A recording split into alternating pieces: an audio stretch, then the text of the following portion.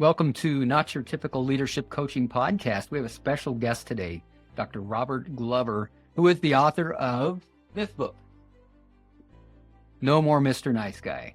That's the one. Yeah, you wrote this in 2000? Well, that's a good question to say when I wrote it. I didn't set out to write a book. I started working with men. I was a marriage and family therapist by training. And I'd already gotten into therapy because my relationships weren't working very well. And my partner says, problem is everybody thinks you're a nice guy, but you're not. You can be mean. You can hurt my feelings. So you need to go get help. So I luckily landed in some good places that made me start realizing, this paradigm of if I just try to do everything right, avoid conflict, get everybody's approval, not rock the boat, then everything in my life will work okay. And as a therapist, I started hearing guys coming to me for therapy say the same thing. So I thought, I just had started my first men's group. So let's start a No More Mr. Nice Guy group. So I started writing just chapters to give the guys every week.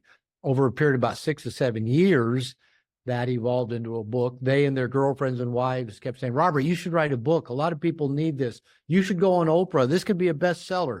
No pressure, right? So I did keep writing, and eventually I found an agent who we shopped it probably for 3 years. We did get it up as an ebook long before Kindle readers existed. Yeah. And then a lot of editors said, Robert, we like your books, good book, but our marketing department says men won't buy a self-help book, especially a book that tells them they're losers. I go, no, you don't understand. You don't understand the people that I'm writing this for and who want this book. So it took about 3 years to get it published. The book then came out in print in March of 2003, so 21 years ago, right about now, it came out in print. How long ago did I write it? More years ago than that. So Marty's writing a book, and his second book now, and about ready to publish it as well. Marty, go ahead. Congratulations. Thank you. I'm curious, in those intervening 20 years, what have you been surprised by about the reception of the book, if anything, or did it go just the way you thought? Oh, there's no way of knowing. The average book doesn't. Well, back in the day back then when you went through professional publishers to get a book published rather than, put it up on Amazon now, which is what I do with my new books. Back in the day, they said the average book, I think if it didn't sell within 65 days, it came off the shelves, and most didn't. Publishing companies have always liked the books by the big names, people that are household names or already had success at publishing. Music industry was the same way. Let's just keep, putting the same bands out over and over again. When we got it into print, Barnes & Noble had just gotten into the publishing industry. So they've been through several transitions, including bankruptcy. And they no longer publish books, but they are still in business, their business model for brick and mortar stores. But I think they were anticipating some kind of blowback, a reaction, a response. Yeah, you put a book out called No More Mr. Nice Guy. And there's a paradox to that. We've all probably said that at some time. No more Mr. Nice Guy. I'm not putting up with that anymore. Then you go, why would somebody write a book teaching men to be not nice? There's already enough not nice guys out. There's a paradox to it, right? So I think the publisher initially thought there'd be some kind of blowback. People will react to this thing. But the truth is the book itself is not reactionary. And it's not really presenting a model of something that people go, that's crazy, or that's out there. It's just teaching men to be authentic, to be real, to be honest, to be transparent, to make their needs a priority, to ask for what they want, surround themselves with good people. There's nothing, now everybody's going to just quit listening and go, why would I go get that book then? But the thing is it didn't have that initial blowback of reaction to it. Oh, why is this guy writing a book teaching men to be not nice?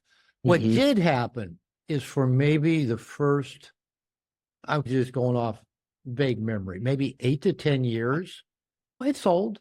The royalty checks maybe got a little bigger. And that's back when I was getting royalty checks yearly. And I remember first time I got about a $6,000 yearly royalty check. Okay, good. People are buying it. And then I don't know if it hit that hockey stick or something, probably 10, 12 years ago, probably a combination of things. The book had just been out long enough. Therapists had found it, were recommending it. People in 12-step groups were recommending to their buddies. Coaching came onto the scene, and a lot of coaches that work with men, their lives got changed by No More Mr. Nice Guy. So they recommend it. That's how I first was introduced to the book, was in a men's group. There you go. Men's group. I launched a new company just this last year, Integration Nation, and I hired an attorney to incorporate it. And I'm talking to this woman attorney in Nevada, and she said, "What is the name of your book?" And I said it. She goes, "That sounds familiar.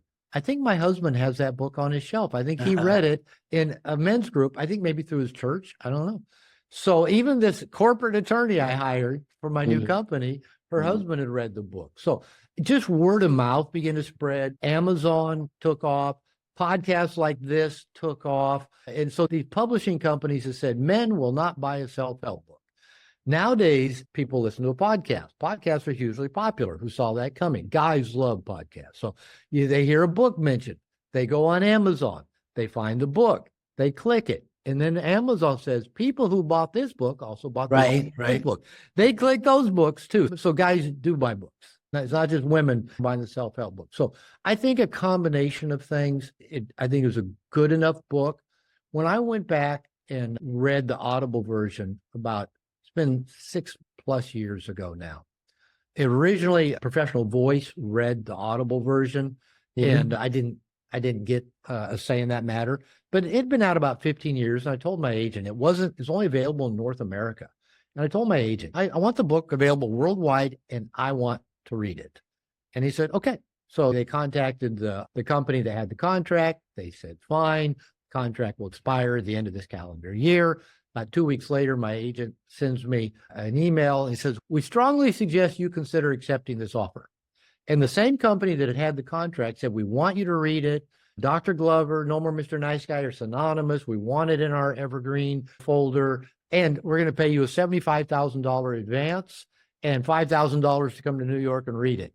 I go, okay, I'll take that. I wasn't looking for a $75,000 advance. I just wanted to cancel the contract, get a new one, because I wanted my voice on it, and I wanted a worldwide distribution. So this probably was about 2016, maybe 2017, where I went back to New York and read it. And you know what? I'd not read the book for quite some time. Mark, writing a book, you spend so much time in it. Especially if it takes you a few years like it did. You're just in it all the time. Oh, yeah. And then finally, when you're done with it, you don't know if it's good. You don't know if it's bad. You don't know if anybody's going to want to read it. You don't know because you've just been living it. And so 15 years later after publishing, I'm in sound booths in New York reading it. And I'm reading it, and kind of this answers the question in a roundabout way. 15 years after publication, I'm reading it. I'm getting tears in my eyes, remembering people I wrote about. I'm seeing things go, oh, I've slipped. I'm back to doing that nice guy thing again. I'm glad I read the book again. Yeah. I'm reading it going, this isn't just for nice guys anymore. This is for men. Because everything in there is really for how does a man, and women tell me all the time they love the book. I have women clients reading it. Yeah. And to me, it's not just a niche book for men that identify themselves as nice guys. So I think maybe that's the reason, another reason why over the last 10 to 12 years, the royalty checks have just taken off. Can I add a lot of reasons, but that may be one. So getting into the book itself, just a little bit, what have you found in the intervening time has been the most effective part of what you give us in that book at having people show up more authentically? Okay, that's easy, actually. The thing that people tell me that I hear most often that people get out of No More Mr. Nice Guy is the idea of covert contracts. Something came up the other day. I was watching some videos of my coach's YouTube page, and he did a video on talking about covert contracts, just matter of factly. But that term is out of No More Mr. Nice Guy. So I can just Google covert contracts. And luckily, most of the people that write blog articles about it at least give me a wave. I think that still helps me to this day. And basically, I'll boil it down even more succinctly than I do in No More Mr. Nice Guy. But nice guys tend to operate by 3 covert contracts. And by the way, when I talk about nice guys, I'm talking about men that we would probably call codependents. I did not use the word codependency in the book on purpose. because I wanted to write to men without having them take a term. Because back when I wrote the book, it mainly applied to people who are in a relationship with addicts and often to women who love too much. There wasn't anything written for men about codependency. So that's what it's really about. So these 3 covert contracts of at least the codependent man that I work with are this. Covert contract number 1, they're all if-then propositions, and they're all fundamentally manipulative. They have strings attached. Number 1 is that if I'm a good guy, I will be liked and loved. And where I see a lot of men, apply that is that, and then the woman I want to have sex with me, or if they're gay, the guy I want to have sex with me will want to have sex with me. And you can go online and find blog articles written by plenty of women out there. Beware of the nice guy. He listens to you talk about your problems. He does things for you. He's there for you. He's nice to you, treats you well. And then all of a sudden, when you don't want to have sex with him, he becomes hostile. He becomes this. And it's true. It happens. It's covert contract. I'm gonna be a good guy. I'll be different than all the jerks. I'll listen to you talk about your problems. I'll do all my virtue signaling, whatever that may be. And then you'll like me and love me. And of course you'll want to have sex with me. Robert, that was me. I've been married. I'm in my 3rd marriage right now. My first wife died of a brain tumor, but that marriage was that. That's what that marriage was my just number 1. I'm sure I'm going to listen to covert contracts. We got 2 more coming. Yeah, and I'm sure I'll identify with those as well. But that was absolutely me. And I was in a box, didn't know how to fight my way out of it. I didn't know any other way. You don't. And when I share all 3, let's come back to that. Okay. What was the answer? Okay. So there's covert contract number 1. If I'm a good guy, I'll be liked and loved. And of course, I got the scoreboard up. I'm a good guy. I do all these good things. People should like me and love me. Now, of course, not everybody likes and loves everybody, right? I don't like and love everybody. There's no sure way to make sure everybody likes and loves you, especially when you're the scorekeeper. Covert contract number 2 is that if I meet your needs, if I read your mind and meet your needs without you having to ask, you will read my mind and meet my needs without me having to ask. All right. And this one is so insidious. You're both laughing at us. So you're okay. So yeah, I'm going to do all these nice things for you because I think you're going to like it. You're going to need it. You're going to appreciate it. And you're going to do nice things for me back. Maybe it's even just appreciate me and be really grateful for everything I did. That's my covert contract. Now, remember, nobody knows these covert contracts exist. That's why they're called covert. The nice guy often doesn't know they exist. He's just doing what he's been programmed to do since he was an infant, just giving to get. So I read your mind. You should appreciate me. You should be grateful. You should never get mad at me. Yeah, you should always be thanking me and praising me for all the nice things I did. And then you should read my mind and give to me without me having to ask. It doesn't work. I mean, I think it's obvious enough to listening that doesn't work. Covert contract number 3 is that if I do everything right, then I will have a smooth, problem-free world. Now, nobody does everything right. Every great philosophical book, whether it's the Old Testament, Talmud, New Testament, the message of all of them is there's nobody perfect. We need the priest. We need sacrifice. We need the sacrificial blood of Christ, whatever it is. There's no getting it right. There's no getting it perfect. There's always going to be a shortfall, right? But the nice guy thinks he really can. I can get it all right. And then everything in life will go smooth. My woman will never get mad at me. My boss will never fire me. God will rain his blessings down on me and nothing bad will ever happen in my life. I won't get sick. My loved ones won't die of brain tumors. But it's such a Peter Pan-ish attitude towards life. That life is not smooth and problem-free. It's chaotic by nature. Creation is chaos. And we live in a cosmos that's constantly in a state of creation. These 3 covert contracts the nice guy has, he's unaware of them. Nobody else knows about them. When he thinks he's given, he's kept his side of the contract. And when other people don't, it tends to lead to a lot of frustration, resentment, rage attacks. My ex-wife used to refer to the victim pukes that I would have, the passive aggressive behavior, the indirect anger, all the things that tend to make nice guys not particularly nice. So to answer, you come back to your question, Martin, I think probably the one thing that, like I said, I put the spotlight on is covert contracts and how Nice Guy presented, Mr. Nice Guy presented that model to the world. I remember when that whole idea dawned on me. I was in a men's group And I think I was probably talking about, my giving to get. And I think my therapist in this men's group, somehow the words all happened in a moment that said covert contract. And it's like, fuck yeah, that's exactly that. I can't think of a better description than what this is. Yeah. So yeah, that's my number one takeaway. If I was reading the book today, I go, that is worth the price of the book. Very As you're good. talking, Robert, I'm looking for, here it is. So this is what you wrote in roughly 2000. And I wonder if you agree that this is still the most accurate description of the nice guy syndrome. Can I read it to you? What I write? On page 33, it says, recovery from the nice guy syndrome is dependent on revealing oneself and receiving support from safe people. It is essential, therefore, that men who want to break free from nice guy syndrome find safe people to assist them in this process. I'm glad you read that, because on pretty much every interview I do, once we talk about nice guy syndrome, manifestation, the interviewers say, okay, what's next?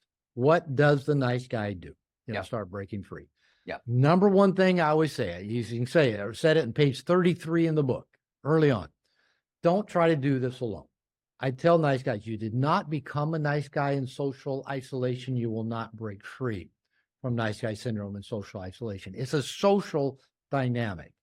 It is how I show up in the world. It's how I seek value. It's how I seek validation. It's how I get my needs met. It's how I connect. It's how I give and receive love. So it's essential, and this is hard for nice guys, because of either before or after what you read, I talk about toxic shame, that every nice guy at a very early age internalize an inaccurate emotional belief about himself that says, there's something wrong with me. I'm not good enough. Yeah. I'm not lovable. I'm broken. We call it toxic shame. It's an emotional state. Later, as we get older and we develop language and we become more interactive with the world, we put words and experience on top of it, but it's like the machine language of our nervous system. I'm not good enough. I'm bad. I'm unlovable. Because of that, nice guys spend their entire lives early on doing trying to do two things. Become what I think other people want me to be, so that I'll be liked and loved and get my needs met, and hide anything about me that might get a negative reaction. Now that's usually our needs, our wants, our sexuality, our opinions, our feelings, right? So how are we going to start unhiding everything we've been hiding?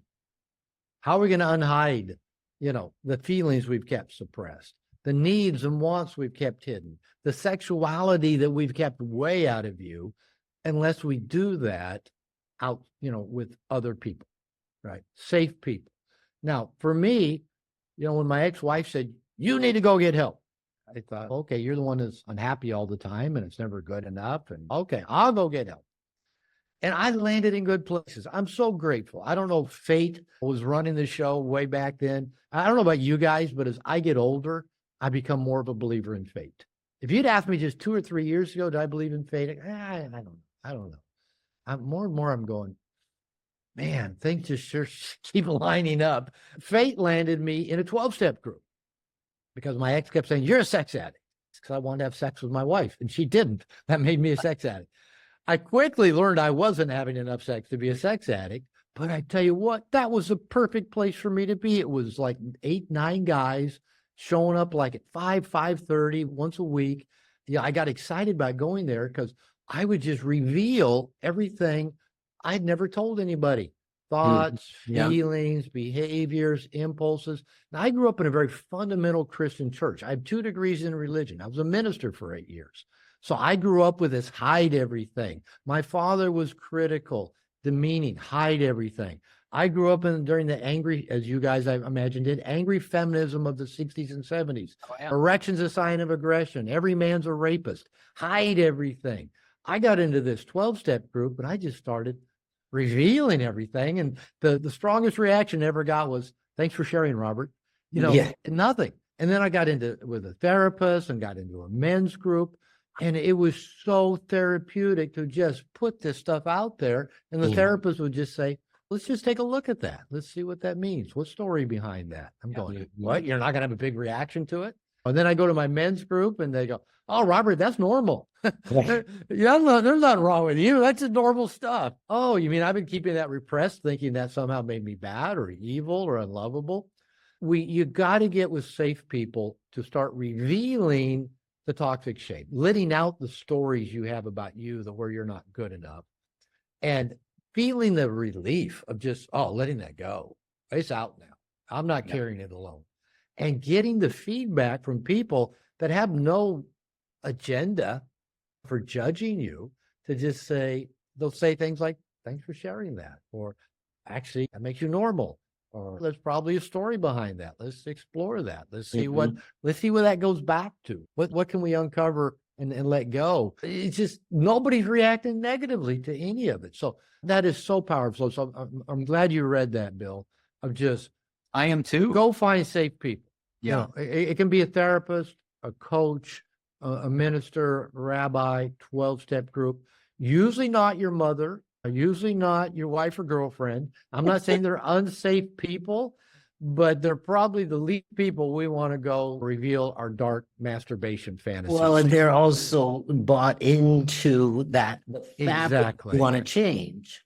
Yeah, there's usually some kind of fused emotional system. We get deeper into system dynamics here. There's a system that's been going on for some period of time, and systems do not like change, and people within systems do not like change. Even if it looks like it might be a good change, it's still the unknown. It's still scary. You come home and you tell your mother, your partner, "Oh, I've gotten into therapy and I'm starting to deal with my toxic shame." And our mothers are going, "Are you saying you had a bad childhood?"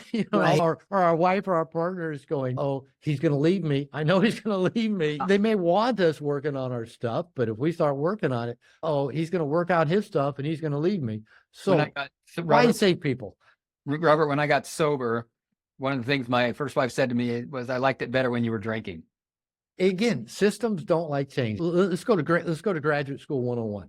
I remember in my doctoral program, it's the first thing you learn about systems, and everybody co-creates systems to play familiar roles. We experience system dynamics as children in our family. We grow up and we invite people into our life to help us co-create systems that have similar dynamics. That's why we tend to keep inviting the same kind of people into our life over and over again. It feels familiar, and maybe we can even look at it from a karmic standpoint. Is what we have to go through to clean that stuff out.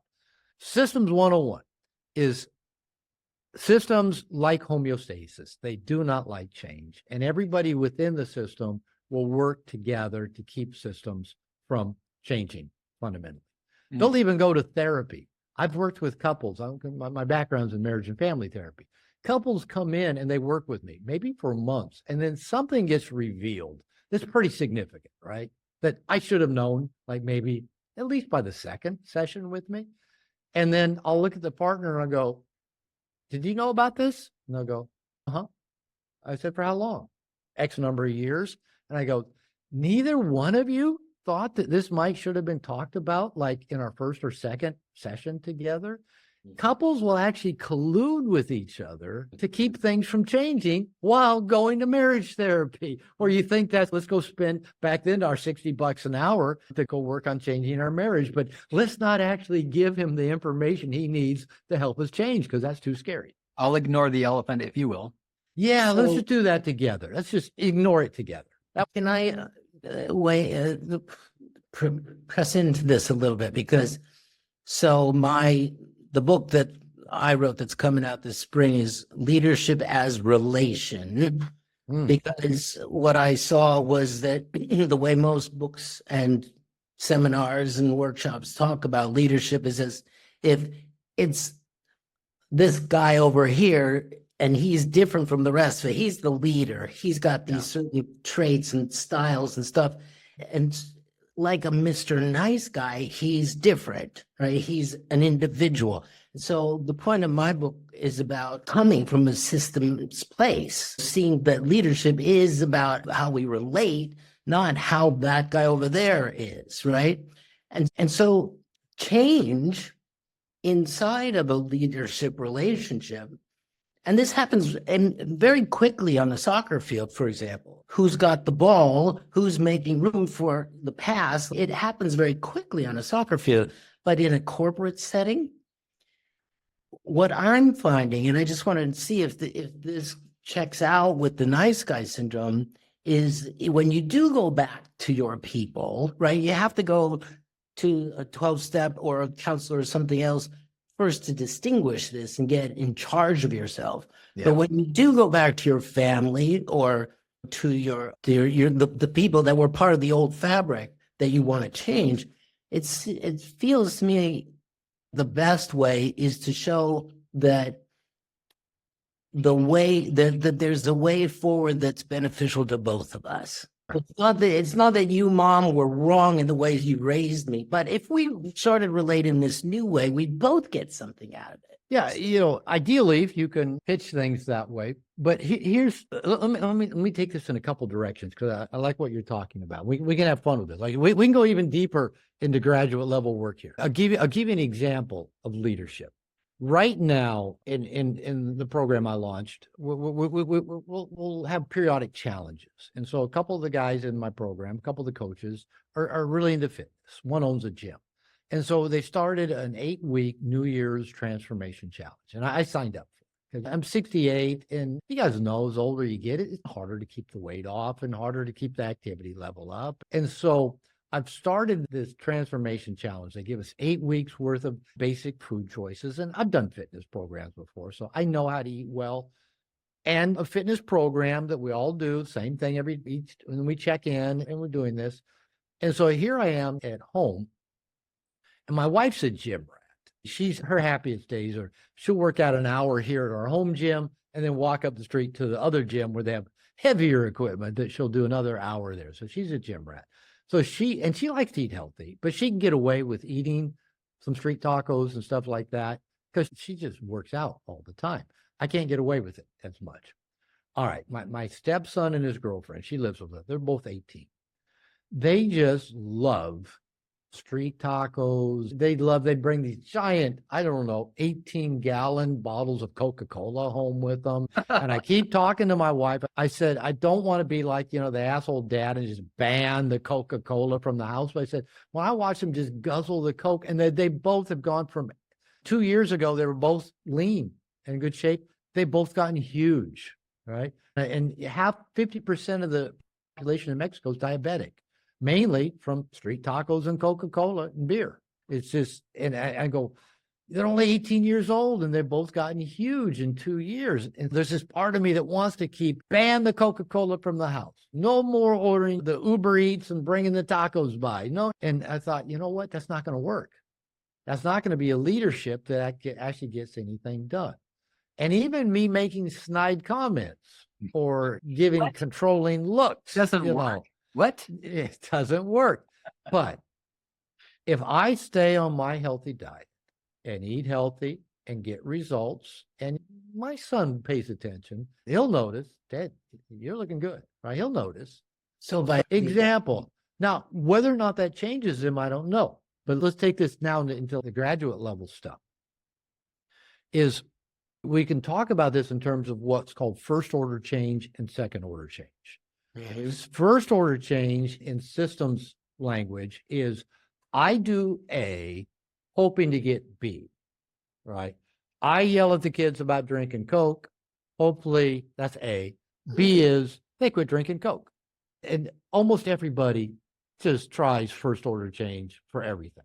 Changing our kids, changing our partners, changing the world, so whatever.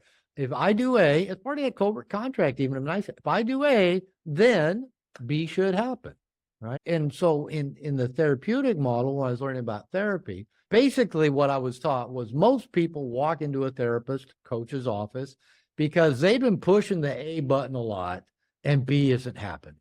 Yeah. Yeah. So they're stuck, they're frustrated, they're resentful, they're at their wits' end, they're confused. You hear people say a lot. Mm-hmm. Yeah, they're actually not confused. I don't let my clients use the word confused because I found that giving a confused person more information almost never unconfuses them. Right. Nice. my rule of thumb, if a person has some incentive to be confused, they will be confused. So making changes, I'm confused. I don't get it. Second order change. I love this illustration. And I remember it because it boggles everybody. I remember a professor using this illustration of first order change versus second order change. He says if you take like a baby's mold, old school, not the wind up kind, but just sticks with strings and butterflies and flowers, you got a mold and it's hanging over a baby's crib, and you tap one of the flowers, you perturbate the system, you get it moving. He says, how can you predict where it will come to rest? And everybody ponders that. The engineers go crazy on, well, you can develop this mathematical code. I work with a lot of engineers, but the answer is really very simple. It's an illustration of first order change. If nothing fundamental has changed to the system, it's going to come to rest exactly to where it was resting before. Because gravity brought the inertia, it came to rest. And if nothing's changed in the system, it'll come to rest exactly the same place. That's what first order change is. It almost always just comes right back to where it began. Okay? Second order change is a systemic change where you fundamentally alter the system. Maybe you cut a flower off. Maybe you shorten a string. Maybe move a string up on the stick a little bit. Perturbate it. You have no clue where it's going to end up. That's second order change. That is what good coaching, good therapy, good leadership is. You come in, now I got to get everybody to B. So I got to keep pushing. If that A button doesn't work, I'll push this A button. And if that A button doesn't work, I'll push that A. Because we got to get to B. Okay. But what if you come in and say, I'm just going to alter the system in some fundamental way? Maybe just make an observation about the system. As simple as when parents would come and bring this kid who's been acting out at home, and they tell about all the stuff the kid's doing. I look at the kid and I go, you know what? Everything your parents talk about sounds pretty normal for a kid your age. So I tell the kid, you just keep doing whatever it is you're doing because you're a normal 7-year-old, 13-year-old, whatever. Now, just sit back. You can eavesdrop. You can read your book. You can color, whatever. I'm going to talk to your parents for a little bit. And then with the kid listening, I've already reframed the system. He's a normal kid. I talked with the parents about creating some boundaries, having some behaviors, making a list, having rewards, having consequences. Put it on the parents to where they've got to do a better job of creating structure for the kid. The kid, they come back a few weeks later and go, the kid's doing fine, actually. Because we just reframed the system. He came in there thinking, I'm going to get told how bad I am. I'm this terrible kid, and I don't ever clean my room, and I yell at my sister, and I do this, and I don't turn the TV off when I say it. But if you just reframe the system. So if in marriage counseling, if a couple comes in, and if I could just find one way to just step in and tweak how they view what's going on between themselves. They're complaining about the thing their partner does. And if you just say, what if that was actually a gift? People go, what do you mean? Well, what if it's actually a gift? I don't know what you're talking about. Now, all of a sudden, they're looking and thinking about it differently. So your leadership thing is the same. If the leadership walks in a room and says, I've decided we got to get to point B, and by this time, I've had so many friends over the years who are in sales. And it's like sales department treats salespeople like they've got to just be the most dumbest, unmotivated people on the planet.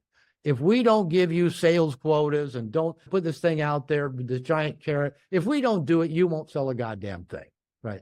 I'm thinking, oh, come on. And then what happens once the salespeople are successful in the sales model? They revamp the system of how they're going to pay the salespeople. If they actually are successful. So in your leadership, what if you just come in and led by example, tweak the system in some way, reframed something in some way, other than, oh, if we don't cut these costs and make this profit, we're going to be broke in 6 months. What's a different way you can frame it that people want to show up and be a part of that journey? Exactly. Bill, you live in Spokane, right? That's right. You ever get to Seattle very much? Yeah. All right. I'm born and raised in Seattle. My mother still lives in Sammamish. My son lives over Colfax, Pullman area. And my first wife lives over in Deer Park. You know the territory. Yeah. So you and Martin just then about, no, you can ask your questions. No, you better take some questions. You're like two people at a 4-way stop in Seattle, right? No, you go. No, you go. No, you go. And the traffic's backing up because everybody's friggin' nice and nobody will just go through the intersection. So I thought, okay, you're in Spokane. I can use a Seattle analogy. Such a nice city. Such Well, a nice city. I'd like to just bring in the 15 years ago Bill to see how nice he was. Yeah. Okay. The pre-recovery, pre-sobriety. That's Okay. right. That would have just made you sick. All right, Marty, go ahead. You got another question. What comes after? What's the sequel? Where does the project that you are, Robert, where does it go from here? Oh, I mean, we're talking second order. I don't know. Life's so interesting. Yeah, I've had a couple of near-death experiences in the last 6 years. About 6 years ago, I got really sick. Nobody could figure out what was wrong. Doctors here in Mexico, doctors up in Seattle. Finally, a doctor here ran the right test, CAT scan. I had a tumor blocking my small intestine. And he said, we got to remove that right now. He said, that could rupture your small intestine. I said, give me 48 hours. Let me hide the porn. I was use that joke and people just try to laugh at that joke. I just had to get everything lined up before I went into a Mexican hospital with a doctor I didn't know was going to open up my gut, right? I survived it beautifully. About a little over a year ago, COVID blew up my prostate. Won't go into details, but had to have prostate surgery after that. Did the whole kind of rotor-rooter process that they do. And I've been fine ever since. You guys are in my age bracket, and your mortality it's right. It's there. It's real. Mhm. Carlos Castaneda said, keep death here on your left side. Keep it close. And it seems like every book I've read over the last 2 or 3 years, doesn't matter if it's fiction, nonfiction, they've all been about death in some way or another. That's why I said, man, I'm starting to believe in fate. And I've come to believe that every fiction writer must believe in fate because they actually know the outcome, right, of the protagonist and how everything's going to end up. So they must believe in fate. Yeah. So anyway, about 3 years ago, coming up on 3 years ago, I think I'll take a little sabbatical and entertain the idea of semi-retirement. I was about 65 at the time. I just turned 68 last December. So I took about 3 months off in the summer. I had an RV. That might have been before I bought the RV. Went camping anyway and read books and relaxed and got done. There's some stuff still some things I want to get done. I want to convert all my courses into video courses. So I dove into that. And then about 3 years ago, a guy attending a workshop with me said, Robert, you should start a membership program for men. And you should put all the material, all you've ever created into it. And I'd already been working on that idea as a possibility. I've got thousands of hours of content, written, Q&A, forums, video, just thousands of hours. And so we've spent the last 3 years putting all of that, transcribing everything, where everything can be searched with search engine, everything's searchable for artificial intelligence. And so this client said, you should have a men's membership program. And he said, my wife has a sourdough bread membership program, and she's made $750,000 in the last 2 years. Wow. You're kidding me. Wow. So that sounds like a good idea. I'm swimming in deeper waters than I've ever swam in my life, just in terms of the business model. But so the last 3 years, we've been working on Integration Nation. I've got 7 founding coaches that have worked with me along the way, a great tech team that's been with me for years. We now have several hundred men. We launched in July of 2023, and it's growing, and the men just love it. They're just loving it. We have up to 9 calls a week they can jump on, all included in the membership price of it. We have a lot of goodies, and we're not even close to done. I have so many ideas. So here I am, is 68 years old, where a lot of guys are retired, thinking about retirement, thinking about, playing a lot of golf and watching a lot of Fox News. And, I'm going, what's next? How do I build this team? What kind of consultants do I need to bring in to take this to the next level? And I'm so excited. Of all these younger guys, I intentionally picked a lot of younger coaches to work with me because odds are I'll die before them. And I wanted to leave, it's my legacy. I want to leave not only the content I've created, but I am such a believer that men perform at their best with other men, to have a tribe, to have a team, to just have connection with men. Going it alone, we don't survive. We don't do well. And so I'm just committed to building something that every man on this planet, if he wants to be in a men's program, he can come in. We've got financial need scholarships. They can come in and pick their price point if they're in financial need. And I teach a lesson every Thursday on our calls. We have a call that I'm on every Thursday. We have breakout rooms, Q&A. I mentioned I was a minister for 8 years, and I for a long time that I liked being a preacher. I did. I liked teaching. And I thought, but no church will ever hire me because I say fuck too much. And I thought if I ever did ever become a minister again, I'd have to start my own church. Yeah, It, I'll it, go to that it, church. it hasn't skipped my awareness over the last few months that even though I didn't start my own church, I have started a movement in which I get to teach. Yeah. And I get to talk about love.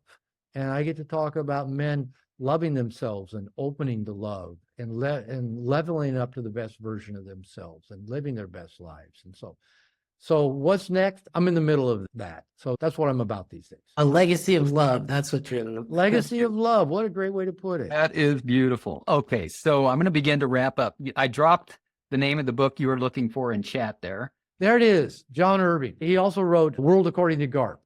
Oh, okay. I remember seeing that years ago. So yeah, the book for Owen Meany, good book, but it's about a guy that has a vision of his own death. He doesn't know exactly the context of how he's going to die, but he's seen enough of the details and the date that he knows how he's going to die. And then, like I said, right after that, I read Slaughterhouse-Five again. I hadn't read that since high school.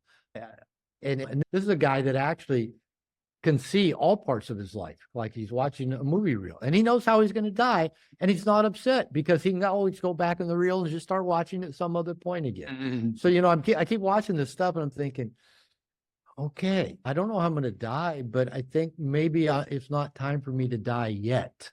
And maybe there's still some things that are on tap that are supposed to come out of me before. I hope you're right about that. It sure feels hope I'm like right. there's a lot of life still in you, for sure.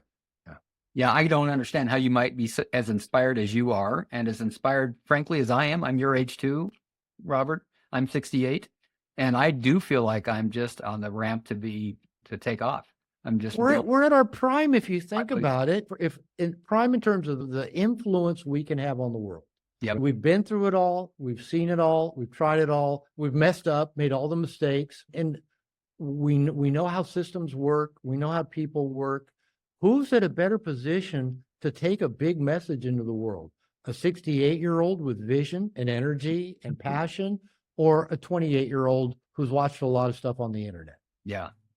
Here we go, Robert. I want to ask you a couple things. One of them is you said you'd written a bunch of new books or some new books since No More Mr. Nice Guy. What are they? I have. Okay. They're all stacked right there behind me. 2 dating books. After my second divorce, in my late 40s, early 50s, I got out in the single world, learned how to date, and got successful enough that people asked me to teach them how to do it. I'm not a dating guru, but I guess I am a relationship expert, so to speak. Yeah. So I've written 2 books on dating essentials for men and another book called Dating Essentials for Men, FAQ, Frequently Asked Questions, that's taken from a forum that was attached to the course of Dating Essentials for Men. That's actually my favorite book, the Dating Essentials for Men FAQ, because it's just to the point about stuff that works and doesn't work. Not just about dating, but just a lot about life. Mm-hmm. And then there's another book in the stack that I co-wrote with one of my coaches called The Big Stick, where I asked him a few years ago, I said, Tony, I got this crazy idea. And I said, I've got all this material and I don't want to just die and everything end up in a Dropbox folder somewhere. And and that was before I had the idea, or some bright guy gave me the idea to start this membership program. Mm. And I said, Tony, what do you think about, I knew he was a good writer already.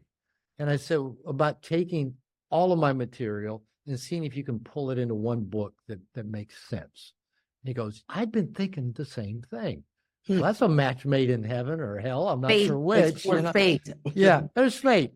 So anyway, the book's been out not quite a year. It seems to be doing well. People tell me all the time. I've read No More Mr. Nice Guy 6 times, and I'm halfway through The Big Stick. And it's thick. And we called it The Big Stick because Tony says, Robert, we just had a working title for a while. You coming out of recovery. I was calling it The Big Book, but I know you can't really call it The Big Book because The Big Book's in 12 steps. But he said, Robert, how about we call it The Big Stick? Because you say all the time, I love working with men because I can take out the big stick and whack them upside the head and get their attention. And they go, Robert, thank you. That's the best thing that ever happened to me. So I sat with it a while and said, you're right. I like it. Let's go with it. So it's The Big Stick. I'm so relieved to find out that when you recover from Nice Guy, you don't turn into an asshole. I've really enjoyed this conversation with you, Robert. And you haven't seen the other parts of me that I keep hidden. You're doing a great performance if that's what you're doing. I've really enjoyed it. And I'm wondering if you'd be willing to say yes to us inviting you back again sometime. I would be happy to. Maybe we let this stew for a few months and then have you back on the show again. Closing thoughts. What would you like our audience to know? Our audience of leaders, potential, actual, seasoned, and brand new leaders. What would you like them to know? Kind of going back to what Martin was talking about. Really, leadership is about you, leading you. And maybe I'll give an analogy in relationship. I talk with men about setting the tone and leading in their intimate relationships. And when I'm talking with guys, often they'll say, okay, Dr. Glover, I understand you say take control. I go, no. You've never heard me use the word take control. I'm not going to tell you to go take control of your relationship, take control of your girlfriend, your wife, your partner. I can barely control me, let alone try to control anything that's way out of my control. It's Byron Katie says, you need to ask, well, what's my problem, their problem, and God's problem? Mm-hmm. Or as my wife, my dear Mexican wife says in Spanish, no son mis changos, no es mi circo. Martin, do you speak enough Spanish? Know what I just said? Yes. Not my monkeys, not my circus. I'm not going to try to manage or control anything that's not in my ability to manage or control. But I tell the guys, true leadership in a relationship, it might be setting the emotional tone. So if your wife's gripey or in a bad mood, and you don't have to follow her down that emotional rabbit hole. You can lift the emotional tone. But you don't have to tell your wife, we're going to eat this or we're going to do that. You can say, hey, I'd love Chinese tonight. Ask yourself, what do I want? What feels good to me? What would I like to do? If you're on the dance floor, I took salsa lessons for a few years. The guys has to be constantly thinking ahead. How do I want to lead this person? What do I want to do next? So it's not a control issue, but somebody has to show up and say, hey, let's try this. Somebody has to get the ball rolling. Mm-hmm. So whether it's leadership in relationship, it doesn't have to be the guy. But I found that in most situations, and this is a whole new discussion, we can wait for another. The default masculine in the relationship with the masculine is the person who's most inclined to be the doer, the feminine most inclined to be done to. And that can be man or woman, doesn't matter. But leadership is just leading self. Back to Martin's example, we're talking about corporations or businesses or other systems. Is if that person shows up and says, listen, I'm inspired. Here's the direction I'm going. Anybody want to tag along? Let's go do it. Let's get it done. And so that leadership begins with self. So lead self. And I don't know, Martin, if you're working on your book, if you came across Seth Godin's book on tribes, but he talks in his good book. Most of Seth Godin's books are pretty easy reading, but he just talks about people are just wanting leadership in their tribe. And it's not, and everybody can fall into that role. Everybody can fall into that role. And he said, we're all just craving leadership in our tribe. So lead self, because people can't follow where nobody's leading. That's right. So somebody's got to lead in order for people to have something to follow. Robert, again, we're moving right up against my hard stop. One more question for you. You're going to ask another question? You should know better, man. You should know better. This one's simple. Let's see if you can keep it simple. What is the website address to join your men's group? It is integrationnation.net. Thanks so much for joining us, Dr. Glover, author of No More Mr. Nice Guy. We'll see you on the next episode that you show up for. Thank you for the invitation. We'll see you soon. That concludes another episode of Not Your Typical Leadership Coaching. We hope you found inspiration and valuable insights to fuel your leadership journey. Remember, true leadership is not about you. It's about empowering others. Take your insights to heart and cultivate a leadership mindset that will transform you from within. Thank you for joining us on this quest to leadership excellence. Don't forget to subscribe and stay tuned for our upcoming episodes where we delve deeper into the art of leadership. Until next time, remember that you have the power to lead with confidence and compassion from the inside out.